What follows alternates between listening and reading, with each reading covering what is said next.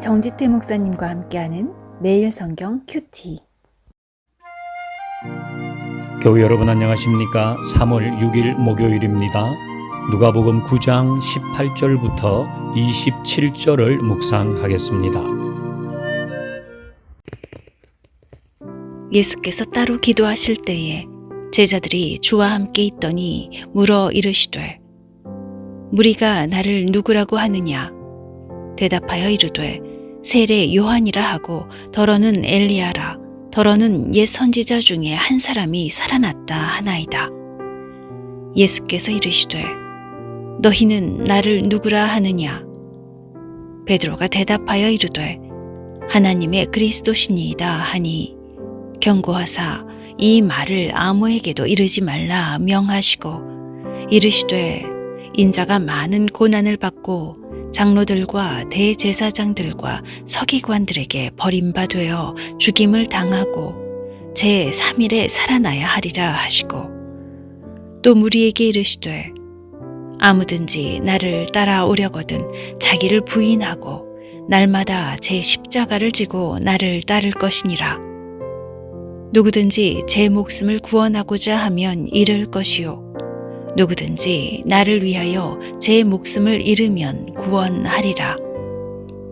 사람이 만일 온 천하를 얻고도 자기를 잃든지 빼앗기든지 하면 무엇이 유익하리요? 누구든지 나와 내 말을 부끄러워하면 인자도 자기와 아버지와 거룩한 천사들의 영광으로 올 때에 그 사람을 부끄러워하리라. 내가 참으로 너희에게 이르노니 여기 서 있는 사람 중에 죽기 전에 하나님의 나라를 볼 자들도 있느니라. 예수님께서 제자들에게 물으십니다. 사람들이 나를 누구라 하더냐? 제자들이 대답하죠. 세례 요한이라고 하기도 하고요. 또 엘리야라고 하기도 하고요.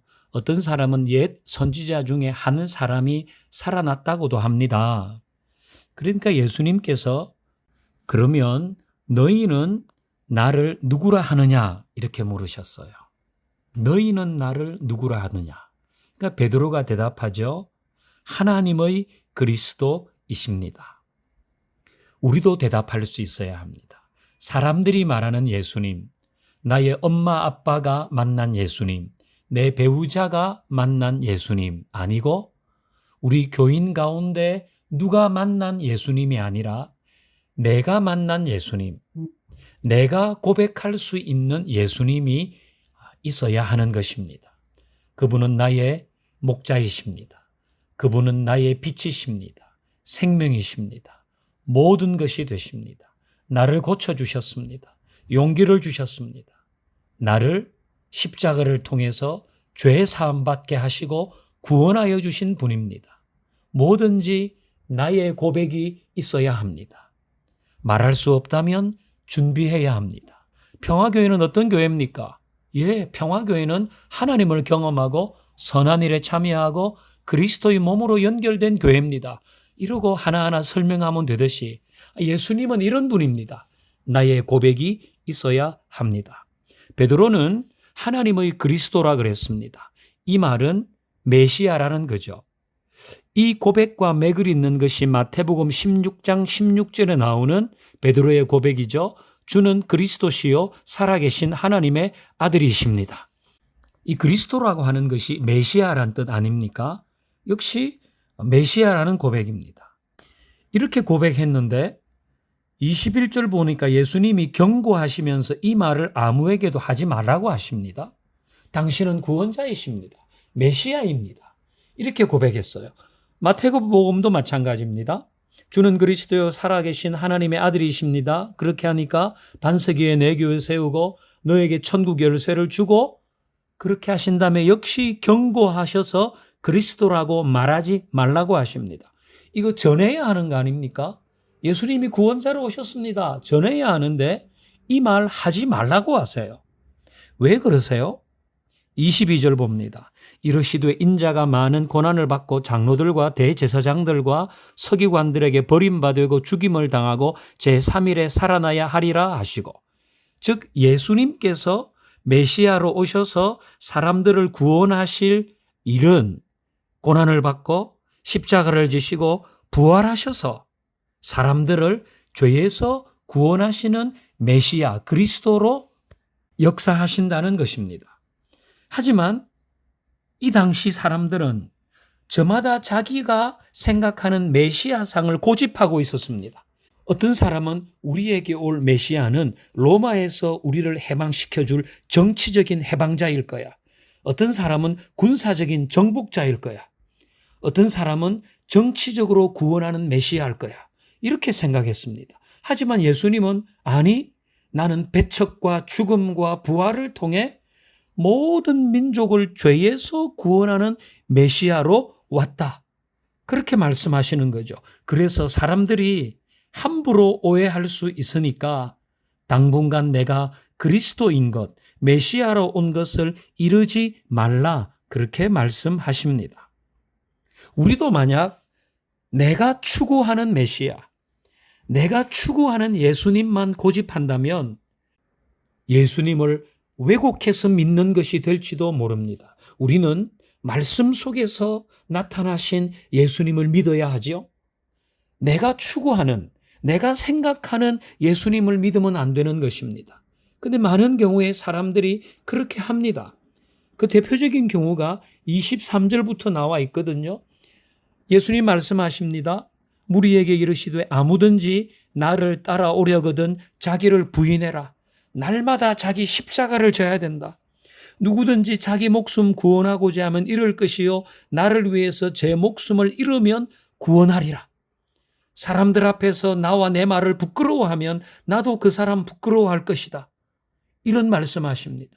우리는 이런 예수님도 믿어야 합니다. 나에게 좋게 해주고 나를 구원해주고 나에게 복을 주고 죄는 다 용서해주는 그런 예수님만 추구하면 안 되고 나를 따라오려거든 자기를 부인해라. 자기 십자가 질 수 있어야 한다. 사람들 앞에서 나를 부끄러워하지 않아야 된다. 라고 말씀하시는 예수님도 믿으며 따라야 하는 것입니다. 요즘 같은 때에 이런 묵상 나눔을 하는 것이 저에게도 좀 불편함이 있습니다. 왜? 지금은 사람들이 다 힘들어 하잖아요. 경제적으로 어렵고 삶이 너무 고단해요. 나라가 너무 혼란스러워요. 이럴 때에 자기를 부인하라. 날마다 자기 십자가를 지고 나를 따르라. 자기 목숨을 잃어야 구원받는다. 이런 말씀들이 요즘같이 힘든 때 나를 더 힘들게 한다고 느껴지기 때문이죠. 이런 말씀은 형편 좋을 때, 경기 좋을 때 하시면 어떤가? 그런 생각도 합니다. 하지만 여러분, 우리는 지금 힘든 상황이지만은 주님이 말씀하신 것은 그 말씀대로 받으십시다.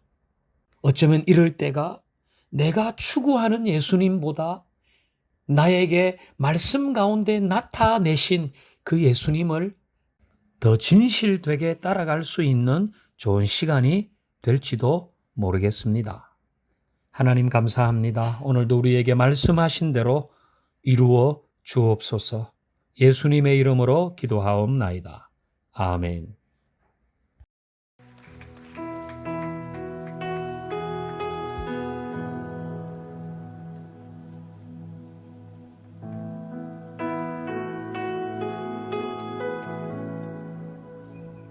목요일 다음 세대를 위한 기도. 듣고 배우는 말씀이 진리임을 깨닫게 하시고 깨달은 것으로 살아가는 자녀들이 되게 하옵소서. 아이들이 구원의 복음을 전하고 다른 사람을 위하여 기도하면서 한 영혼이 주께로 돌아오는 기쁨을 맛보게 하옵소서. 교육부서 안에서 서로 연결된 지체로 사랑하고 품어주며 함께 자라가는 은혜를 경험하게 하옵소서.